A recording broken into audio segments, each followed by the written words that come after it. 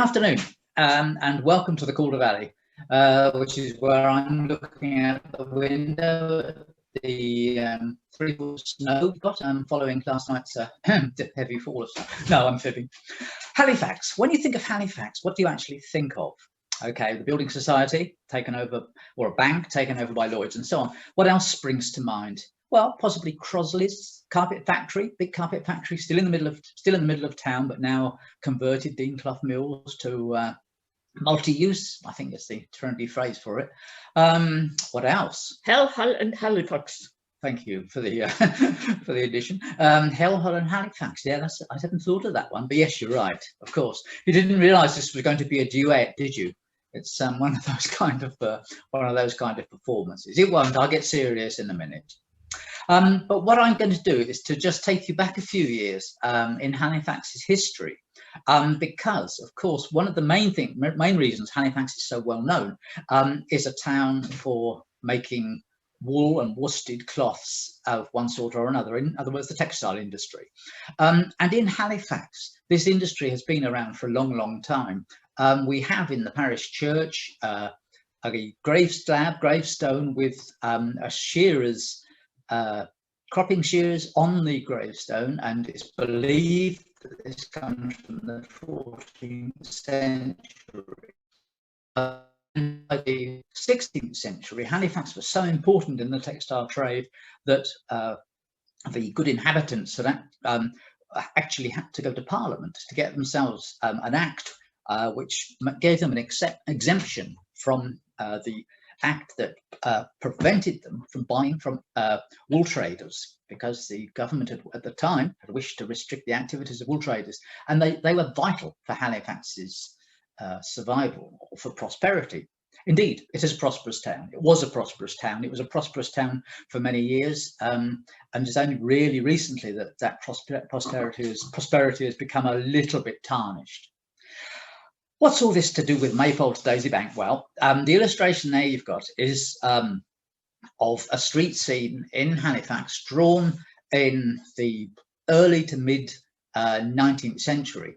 And it's a very interesting street scene, and we'll see several of these because I think it tells you an awful lot about Halifax. And if you look carefully on the left-hand side, particularly at that illustration, you'll be able to see what look like a couple of timber frame buildings.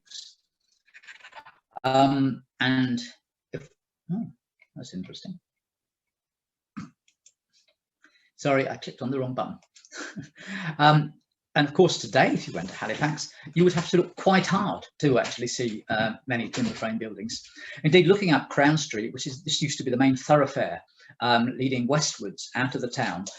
Most of those buildings, as you can see, built of stone, and indeed Halifax is well known for its stone building material, the whole of the Calder Valley, indeed.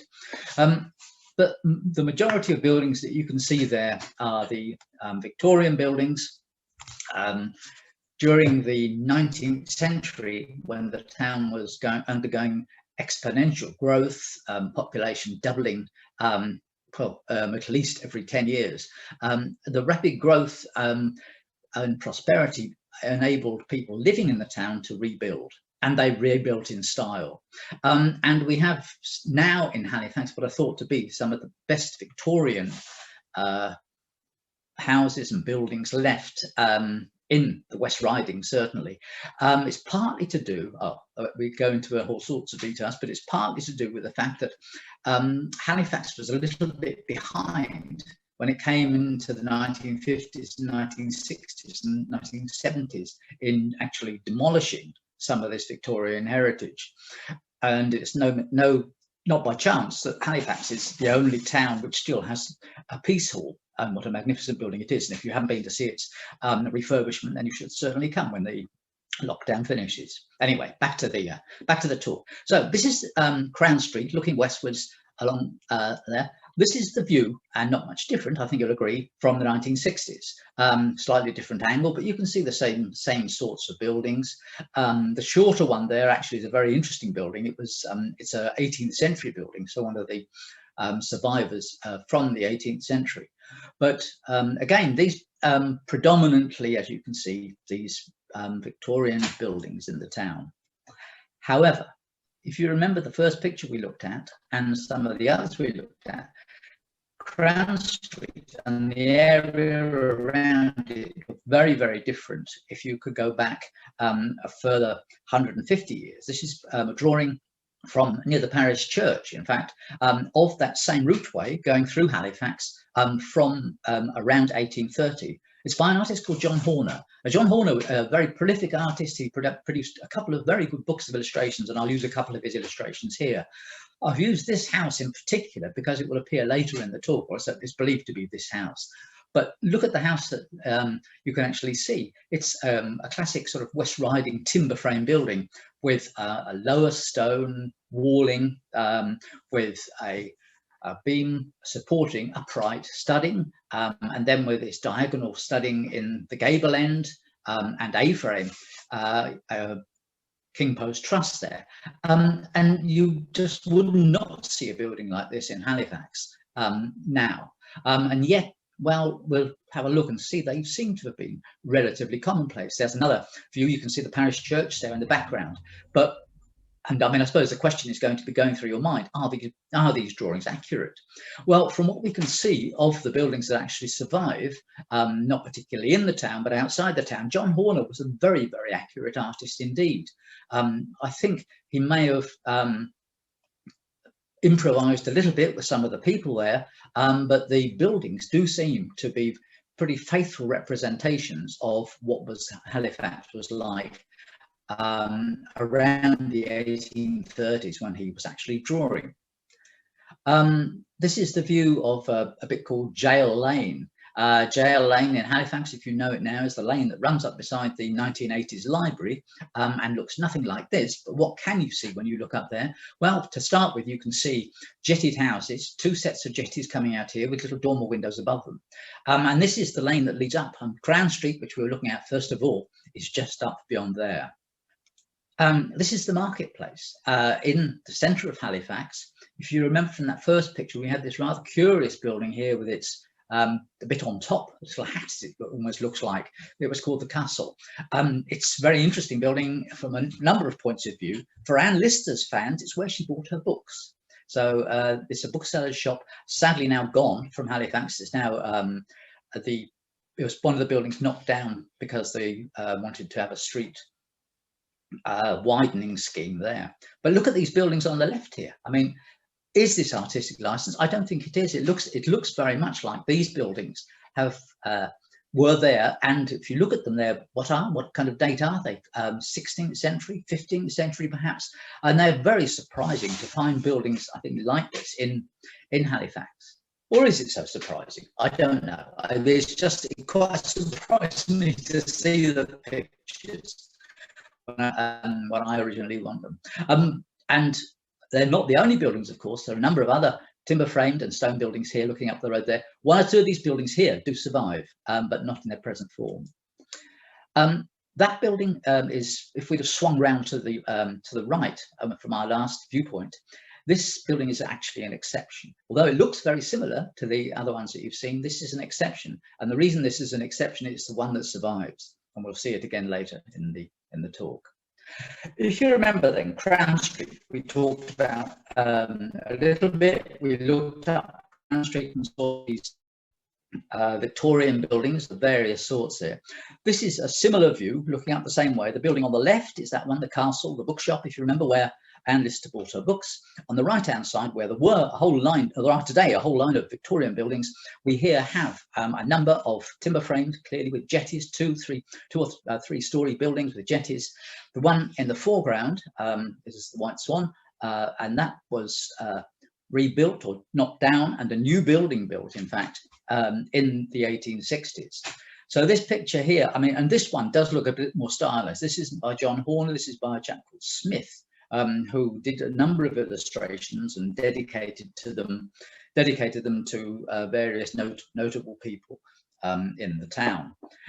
His pictures and his drawings are all, as far as we can see, fairly accurate. One of the most interesting things about it all is, how do we know that it's accurate? Well, we actually have a photograph of the White Swan, and he may well, of course, have taken his print produced his print from the photograph that you can see there on the right. And this was taken just before the White Swan, the old White Swan, was knocked down in the 1860s. And lo and behold, there you can see the jetties poking out. You can even see the sign hanging out. You can even see this structure between the buildings, in that structure there, which is some kind of an very interesting feature. We see it on quite a few, or you saw it on quite a few of the Halifax buildings. It almost looks like a firewall that has been put up between the buildings to prevent the spread of fire. Although, as far as I know, Halifax hasn't got a particular reputation like some towns, like Nantwich, for example, for having a fire that destroys the centre of the town. So this is another view of Crown Street looking the other way. So we're looking down the street, and lo and behold, more timber frame buildings, again with this this diagonal infill and jetted buildings. And you start getting the feeling that Halifax actually looked a bit like some bits of York do actually still today. The reason I've chosen this print, and this print was by a chap called Binns, J.L. Binns, and he again seems to have been a pretty accurate artist in his representation of the buildings. This must have been early on a Sunday, I should think, because the street is completely empty. But what I want you to look at particularly is the building there. A smaller building, what you might call, as fairly insignificant, perhaps, in terms of the buildings that surround it. Certainly those big timber jetted buildings. But that is the building that we're going to be looking at in some more detail in a moment or two. There it is in a slightly closer view.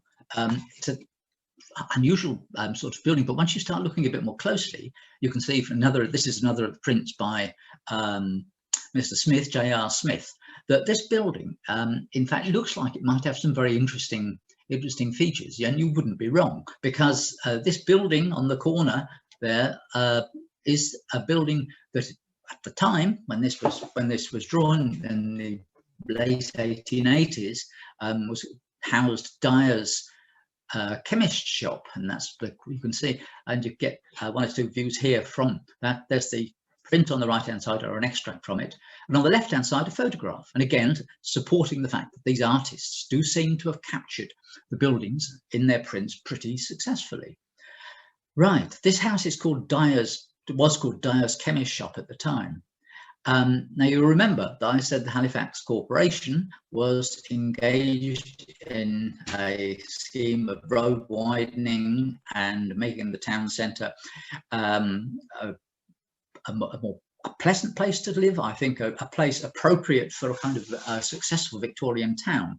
And one of the things they were going to do was to widen the street here and remove this building. That's a slightly closer look at it.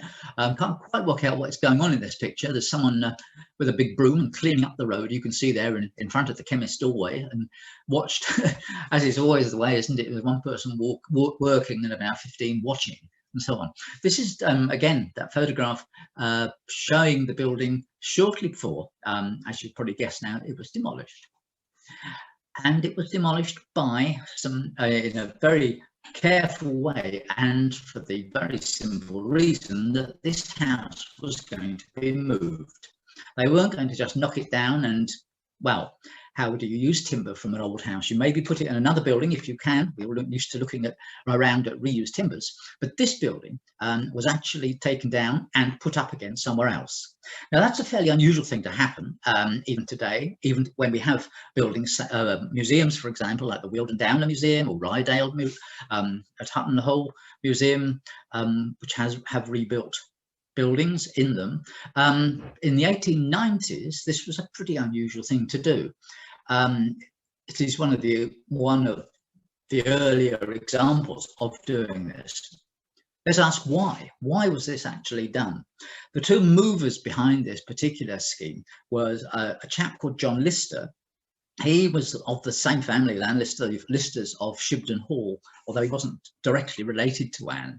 But what he was an antiquarian from the 19th century, and no surprise, he was one of the founder members of the Halifax Antiquarian Society, which is the local history society for Halifax, still going strong today. He was very keen on investigating the past, and particularly on perhaps keeping elements of the past, and one of the things that he thought were very important, and he wasn't exactly alone in this, but he wasn't exactly in a majority. He decided that it would be a good idea if they could take this building, take it down and rebuild it in or near his estate at Shibden. And he persuaded the council to sell, or the corporation, I should say, to sell him the house for, I forget now, but it was a fairly knocked down amount. I mean, the council thought we're onto a winner here anyway. Someone wants to buy this old building and take it away. And this employed a local architect, Joseph Frederick Walsh, to redesign the building and to supervise the removal and the re-erection of the house on the Shibden estate. And that is basically what happened. Now, unfortunately, I haven't been able to access the newspapers to see exactly if there are any reports of the building going down. This is clearly a shot taken during the time that they were engaged in the deconstruction, I suppose. I would love to know who that character is standing there. It may well be either John Lister or J.F. Walsh. J.F. Walsh was a young architect at the time. He was starting out in a career that then lasted into the middle of the 20th century. He was an architect with a lot of new ideas. He, for example, popularized the idea of using stones with, say, a red shadow to them. In other words, what the builders have called insides, or the quarrymen called them insides, because they thought they looked definitely second class, and they would only use these stones inside. Walsh turned this on his head and started using them as a feature outside buildings, and it's quite easy to spot his buildings. So there's some churches, for example, North Aram, St Matthews, the chapel at Rishworth, and several houses as well in the Hipholm area in particular, which exhibit these features that Walsh designed into his houses. Anyway, that's something else you can look at when next time you come to see the Peace Hall and so on. But what they decided to do was to take this house down and rebuild it. And luckily, from the point of view of people like us who are interested in old buildings, they actually had some plans done, and you can see the plans there. So basically not a very large house, as you can see, the ground floor and the first floor. It was called the House at the Maypole, and I think they came up with some ideas about exactly how they thought the house would develop, and the ideas of the kind of circulation within that house and what the house had been used for. Remember, I said I think it was a fairly small house, and that might point to a slightly earlier origin. It's interesting, as you'll probably note from this thing, that this is from a book called The Coiners by a chap called Ling Roth. And he was, again, one of the Halifax, an antiquarian living in Halifax. He was also a very influential person because he was the curator of Halifax Corporation's Bankfield Museum. Again, a place worthwhile visiting. You better come and stay for a few days, in fact. But what happened was that they took some detailed drawings and photographs of the building as they were taking it down, or before they were taking it down. On the left-hand side, you can see a photo from the Halifax Antiquarian's own collection of the decoration around this building. And you can see on the right, the drawings, the little illustrations that appear in Ling Roth's book, The Coiners. And I think, they have managed to get the drawings that they've done, bringing out some of the features there, the little statues, for example, beside the door, and the medallions there. And they believe, anyway, this building is built towards the end of the 15th century. And Mr. Walsh designed a house to stand in the grounds of, near the park at Shibden. And this was the building that he came up with. Now, remember, we're talking about the very end of the 19th century, and the idea of putting a building back up again perhaps wasn't that common. And what he did was to produce this building here.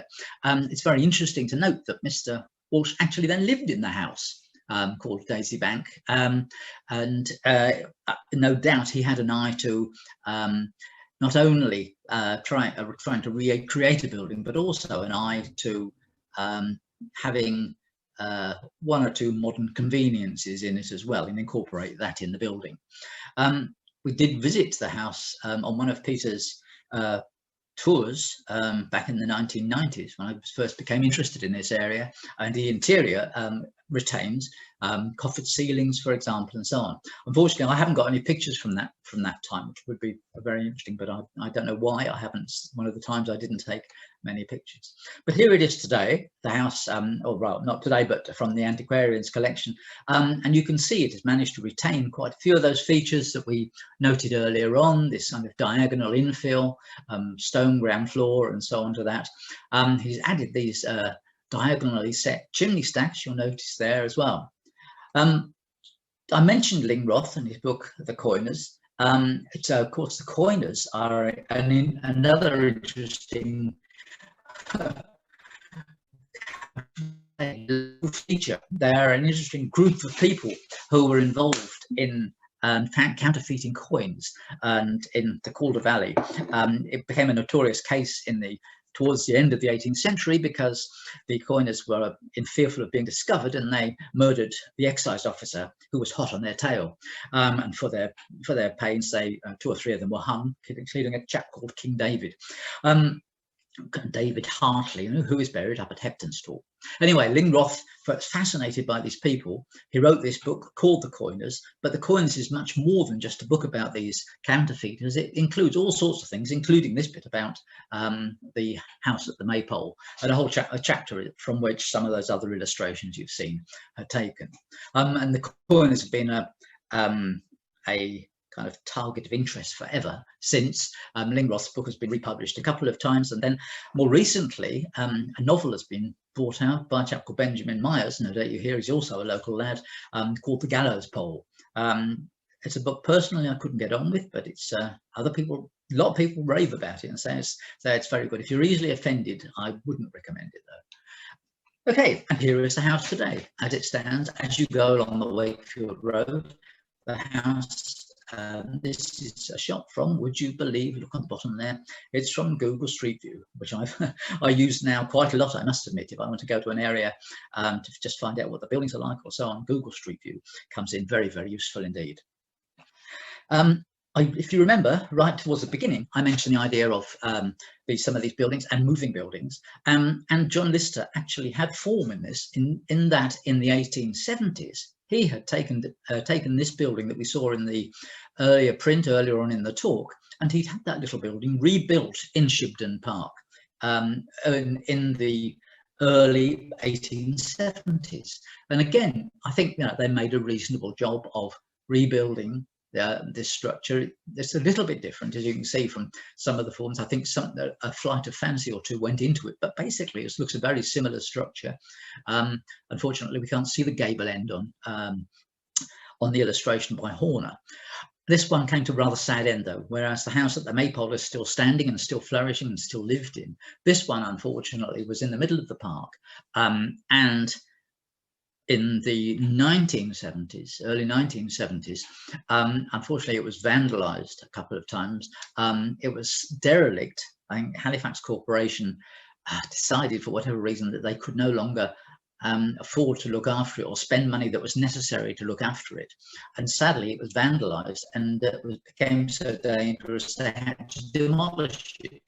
So the poor thing, having survived for 400 years in situ in the middle of Halifax, then another 100 years outside Halifax in Shibden Park, was then sadly burnt down by the misdemeanors of the local population in the 1970s. Happily to say, the house at the Maypole is still standing, as is this building. And you remember I showed you the left-hand slide before, and this is the one timber frame building that you can still see in Halifax today. On that shot, it was I think it was still called photo processing. Now it's the home to Café Calais, of course, sadly closed at the moment, but opening up, we hope, fingers crossed, very soon indeed. But you can see that Binns' sketch, his drawing on the left-hand side, managed to capture this building very well indeed. So it's one of these unusual buildings. It's quite surprising in a way, in that I haven't got a picture of it to show you, I'm afraid, but towards the end of the 19th century, this timber framing was all covered up, and in the early 20th century there are pictures of the building with mock timber framing on the front of it, with very, very thin laths running across it, and it looks, you know, like you look at some of these buildings that have been Tudoresque or false timber framing on it, and it looked exactly like that, and you probably thought, oh, someone's built that in the 19th century. Lo and behold, when they came to redevelop this area, and a lot of it has been redeveloped, certainly, but you can see the library behind, and the streets to the right hand side, which is behind that is Jail Lane, which we talked about earlier. A lot of that was rebuilt. This building, it was realized that this building was a timber frame building and unique, and it survived. And if you notice on this picture, this has got this it's got this wall on the right hand side there that we saw in the other at the White Swan as well, and this one's actually got a date there of 1650. Well, clearly that building isn't 1650, and it does seem that these walls were put in at a later stage. There it is, and oh yeah, I have got a picture of it. There's the mock Tudor work on the front of the building, and you can see the library being put up in the background of Northgate House in the middle of Halifax in the 1980s. Okay, there we go. That's my little introduction to the AGM. Where did I get the information from? Well, of course, the internet is a great, wonderful use. There it is, Daisy Bank or Tudor House on the Historic England website. That's a basic place to go to if you want to look at historic buildings. And I use other websites. Weaver to Web is a brilliant site from run by Calderdale Council, collected together all their historic photographs and artifacts of one sort or another. The Pennine Horizons Digital Archive is based in Hebden Bridge, another one with brilliant resources if you want to see it. And I also go on Facebook and collect pictures from Facebook as well. That's what I say I'm doing anyway. Right, there we are.